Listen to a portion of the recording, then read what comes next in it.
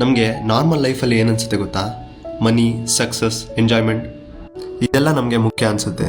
ಆದರೆ ಒಂದು ಸತಿ ಹಾಸ್ಪಿಟಲ್ ಬೆಡ್ ಮೇಲೆ ಇದ್ದಾಗ ಒನ್ ಹ್ಯಾಂಡಲ್ಲಿ IV ಲೈನ್ ಕನೆಕ್ಟ್ ಆಗಿರುತ್ತೆ, ಹಾಗೆ ಫೇಸ್ ಮೇಲೆ ಆಕ್ಸಿಜನ್ ಮಾಸ್ಕ್ ಇರುತ್ತೆ.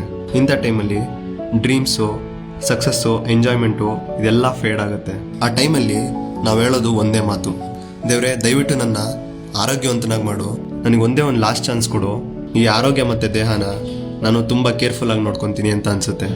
ಸ್ಟ್ಯಾಟಿಸ್ಟಿಕ್ಸ್ ಹೇಳುತ್ತೆ 70% ಆಫ್ ದ ಡಿಸೀಸಸ್ಸು ಪ್ರಿವೆನ್ಷನ್ ಮೂಲಕ ಅವಾಯ್ಡ್ ಮಾಡ್ಬೋದು.